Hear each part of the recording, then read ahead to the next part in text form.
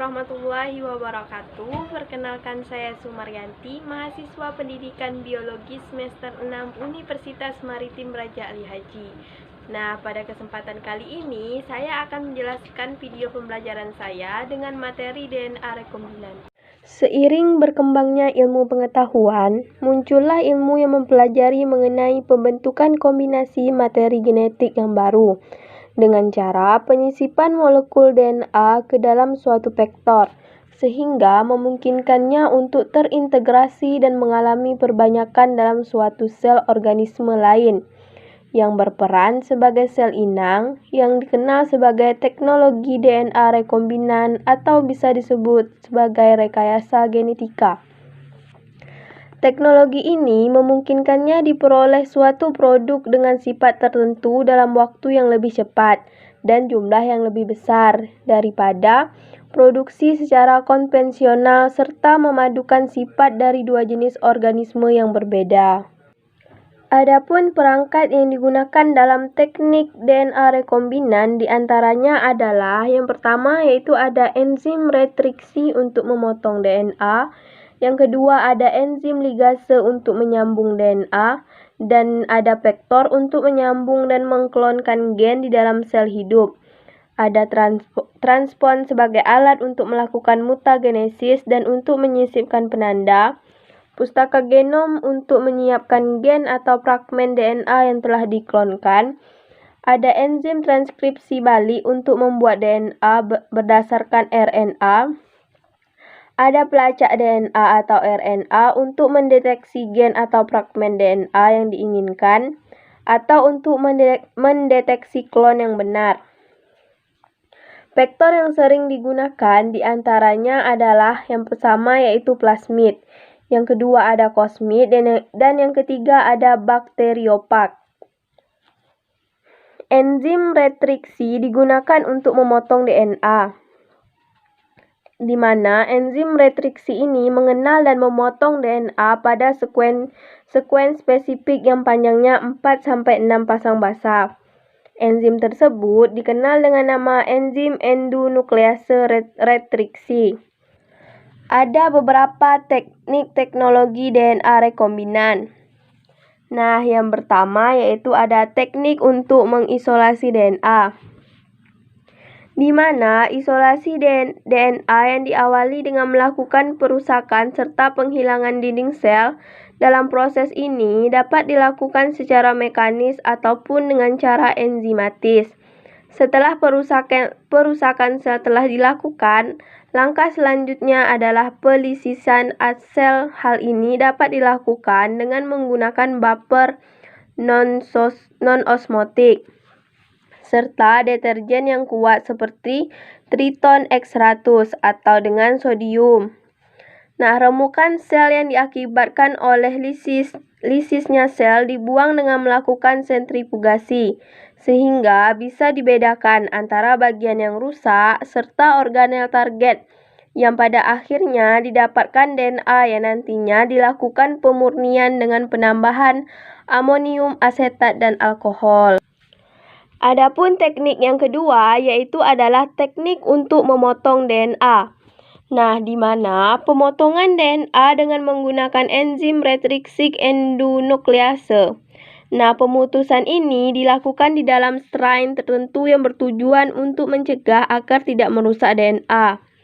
Selain itu, strain tersebut juga mempunyai suatu sistem modifikasi yang menyebabkan pemutusan basa pada urutan tertentu, yang merupakan recognition sites bagi enzim retriksi tersebut. Nah, pemotongan DNA genomik dan DNA vektor dengan menggunakan enzim retriksi ini harus menghasilkan ujung-ujung potongan yang kompatibel. Dalam arti, setiap fragmen DNA-nya harus dapat disambungkan dengan DNA vektor yang sudah berbentuk linier. Nah, adapun teknik yang ketiga yaitu teknik untuk menggabungkan atau menyambungkan DNA. Nah, di mana tahap penyambungan DNA dapat terdapat beberapa cara, yaitu penyambungan dengan menggunakan enzim DNA ligase dari bakteri, penyambungan dengan menggunakan DNA ligase dari sel E. coli yang telah diinfeksi dengan bakteriophag T4 atau sering disebut dengan enzim T4 ligase, serta dengan pemberian enzim deoksinukleotidil transferase untuk mensintesis untai tunggal homopolimerik 3 absen. Dengan untai tunggal semacam ini akan diperoleh ujung lengket buatan, yang selanjutnya dapat diligasi menggunakan DNA ligase.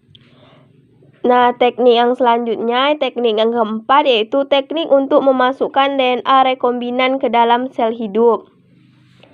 Analisa terhadap hasil pemotongan DNA genomik dan DNA vektor serta analisis hasil ligasi molekul-molekul DNA dengan menggunakan teknik elektroforesis. Nah, hasil dari penyambungan ini dimasukkan ke dalam sel inang agar dapat diperbanyak dengan cepat. Dalam hal ini, pada campuran reaksi tersebut, selain terdapat molekul DNA rekombinan, juga ada sejumlah fragmen DNA genomik dan DNA plasmik yang tidak terligasi satu sama lain. Tahap memasukkan campuran reaksi ligasi ke dalam sel inang ini dinamakan transformasi, sehingga diharapkan sel inang mengalami perubahan sifat tertentu setelah dimasuki molekul DNA rekombinan. Nah, teknik yang terakhir yaitu adalah seleksi transforman dan seleksi rekombinan, di mana DNA yang dimasukkan ke dalam sel inang bukan hanya DNA rekombinan. Maka kita harus melakukan seleksi untuk memilih sel inang transforman yang membawa DNA rekombinan. Selanjutnya, di antara sel-sel transforman yang membawa DNA rekombinan, masih harus dilakukan seleksi untuk mendapatkan sel yang DNA rekombinannya membawa fragmen sisipan atau gen yang diinginkan. Seleksi sel rekombinan yang membawa fragmen yang diinginkan dilakukan dengan mencari fragmen tersebut menggunakan fragmen pelacak, yang pembuatannya dilakukan secara in vitro menggunakan teknik reaksi polimerase berantai atau yang biasa kita kenal dengan PCR. Dari penjelasan yang sudah terpaparkan tadi, maka dapat diketahui bahwa DNA rekombinan merupakan suatu teknologi yang digunakan untuk memperoleh suatu produk dengan sifat tertentu dan dalam waktu yang lebih cepat serta dalam jumlah yang lebih besar. Dan yang kedua yaitu adalah adapun beberapa perangkat yang sering digunakan dalam DNA rekombinan adalah yang pertama yaitu enzim seluler dan yang kedua adalah vektor. Selain itu, di dalam DNA rekombinan juga membahas tentang teknologi DNA rekombinan yang terbagi menjadi 5. Yang pertama adalah teknik untuk mengisolasi DNA, yang kedua adalah teknik untuk memotong DNA, yang ketiga yaitu teknik untuk menggabungkan atau menyambungkan DNA, yang keempat adalah teknik untuk memasukkan DNA rekombinan ke dalam sel hidup. Dan yang kelima adalah seleksi transforman dan seleksi rekombinan. Baiklah, itu saja yang bisa saya sampaikan. Semoga materi ini dapat bermanfaat untuk kita semua.